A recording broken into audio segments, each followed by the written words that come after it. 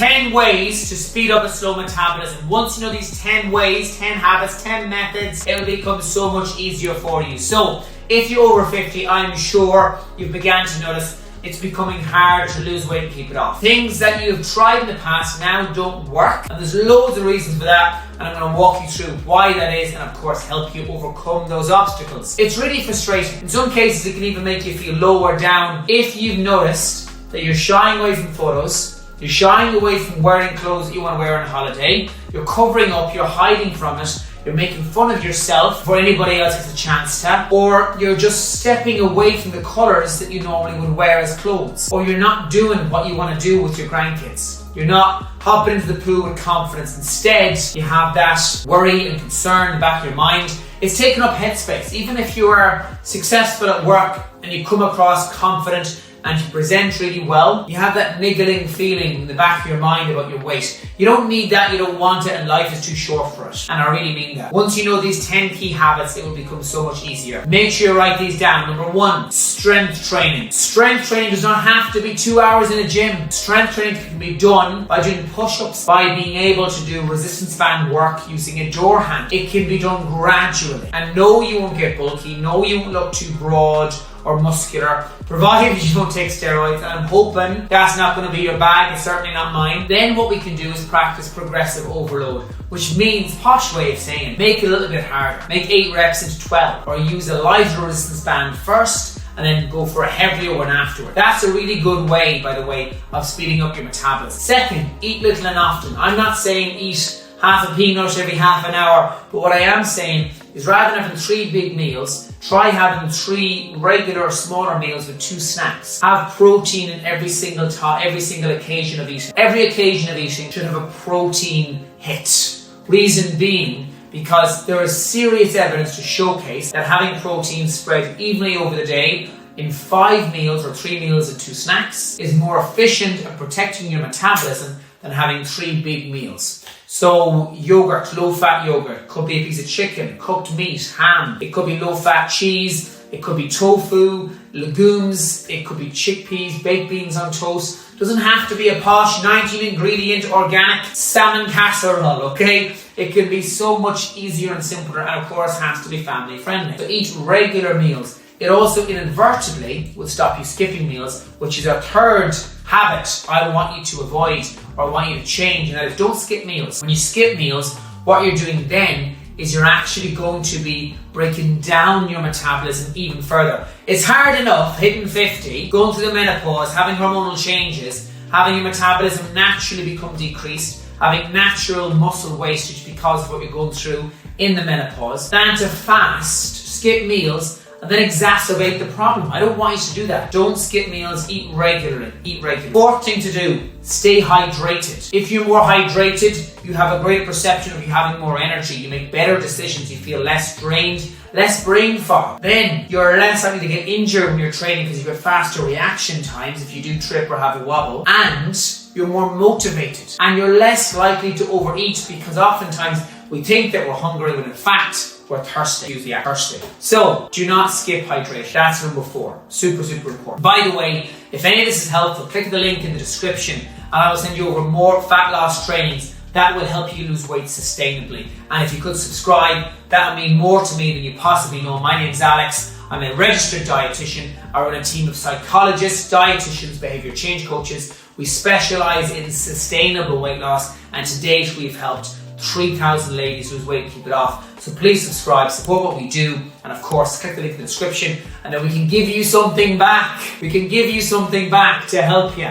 Okay, so please do that. Next thing I want you to be aware of, is I want you to be aware of the dangers of eating high sugary, high fat foods for your metabolism. When you fill up on low nutrient dense food that are high in calories, you've got less nutrients, which means it's harder for your body to metabolize energy from food, which means it's harder for you to perform in exercise and in resistance. Thus, you won't get the benefits of increased muscle mass and a faster metabolism. So indirectly, having high sugary fatty foods means you're less likely to have the good things. For that reason, your body can't perform as good. Because your body can't perform as good, you're not going to get the results that you want. And if you're putting in time and effort into exercising, you want to make damn sure that you're getting the outcome. There is nothing more frustrating than working hard at something, putting time, investing time into it, and not getting the outcome. I don't want that for you. I don't want that for you, and I really mean that. Next thing, don't neglect sleep. Do not neglect your sleep. Exercise provides the stimulus, rest provides the adaptation, and lots of people don't know that, and I want you to remember that. Don't let your iPhone, your husband, your wife, or your kids, or a work deadline disrupt your sleep. Practice setting a structure in place for everything. Make a week as easy as possible by saying no to things, delaying them to the following week if you know you've got a work day. Don't say yes to 3 coffees with 3 friends in the 1 week. Do a max of 1 coffee a week or once every 2 weeks. Get them all to meet together. That saves you some time. Time management will help you protect that structure, and that in itself will really help you protect your sleep. Make sure you have a nice mattress, cool sheets, cool temperature bedroom. Invest in a nice mattress and nice pillows. What do they say?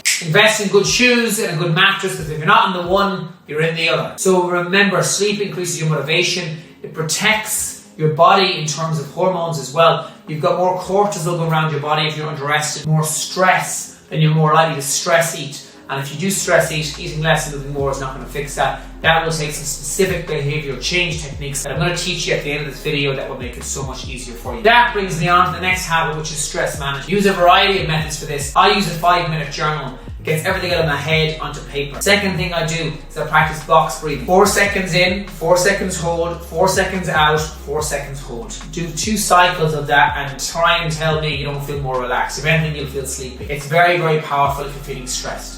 Take a minute, take a beat. If something happens at work, go to the bathroom, do the box breathing. Have regular inputs of activities in your day that you know relieve stress. Phoning a friend or a family member, going for a walk, having a micro walk. Every 90 minutes do a 5-minute walk. Imagine what that does for your mental health. Makes such an impact, manages your stress. Separate your thoughts from facts. If you say, I'm not good enough, you'll feel like you're not good enough. But if you say, I'm having thoughts that I'm not good enough, okay, why am I having thoughts that? What could I do perhaps to change those thoughts? Are they backed with any fact? What have I achieved in my life? List all of your accomplishments, all the things that you've done that you're proud of. Say them to yourself, as uncomfortable as that will make you feel. What that will do is it'll challenge those thoughts and say, actually, those thoughts aren't correct. I am good enough. I am worth it. I am worthy. And the best way I can be a role model to my family and my grandkids is by showcasing that self-care is important. And that's the next habit. Self-care, putting yourself first. This is the catalyst to all of it. If you don't put yourself first, you will not have a faster metabolism. Prioritizing yourself, and that's not selfish. Like half an hour in your day is 2%. 2% of your day is 30 minutes. If I was to ask you for a total of 3 hours in a week when you've 168 hours, for 3 hours just for you, is that selfish? Of course, it is self-care. It's better to be around for your family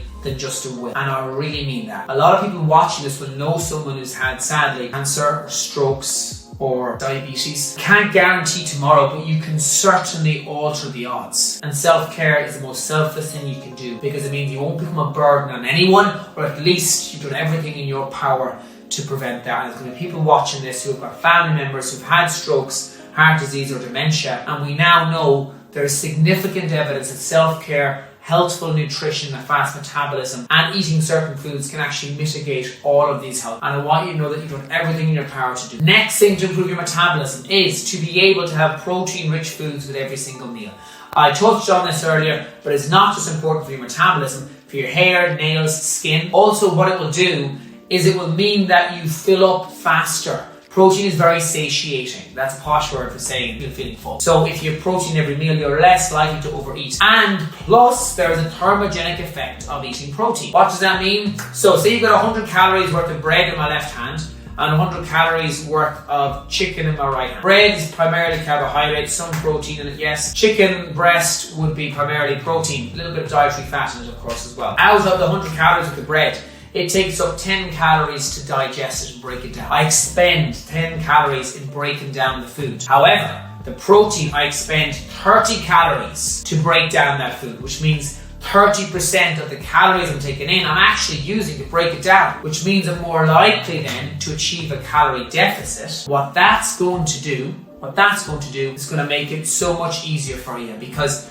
if you can maintain a calorie deficit, it's easier to lose weight sustainably. The next thing, I've lost count at this stage, to be honest with you. I'm going to keep going because I'm hoping this is helping. The next thing that I want you to write down and I want you to know about is behavior changes. Having behavior changes, adding and removing friction from certain habits. Do you like a bottle of wine 2 nights, 3 nights a week? How could you reduce the risk of that happening? Could you avoid the wine aisle? Could you have Tesco delivery instead, where you order 1 bottle? That way you're not standing there trying to make that decision when you're already hungry, perhaps a bit of a stressful day, picking up 2 or 3 bottles. Order it. Have it on repeat each week if you want to have 1 bottle a week rather than 3. If you pick it up on a shop on the way home, drive home a different way from work, so it's harder for you to pick up the bottle of wine. That's adding friction. Removing friction to a good habit could be you going to sleep in your workout that you haven't got to get changed. Having your gym bag forever ready. Having like 2 sections in your gym bag. Dirty clothes, clean clothes. Keep filling one side of it with dirty clothes. I know it's not great in terms of maybe hygiene, but if it improves the habits, then it will help you in the long term. Other side of the gym bag can be clean clothes. There can be a week's worth of gym clothes there. Keep bringing that bag with you. Change it. That can be really powerful. Really, really powerful. Also, another habit I want you to have is knowing how to prioritize what to work on first. If you have got like lots of things that you want to be better at,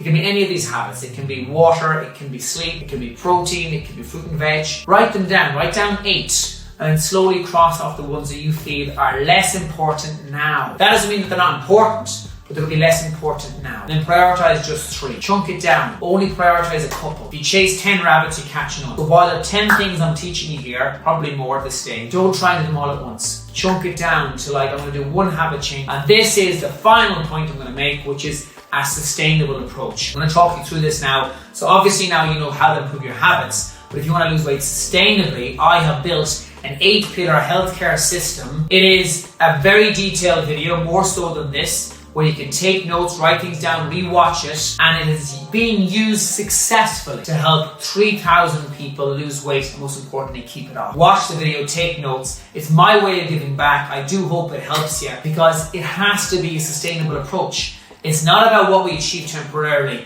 It is about what we can sustain.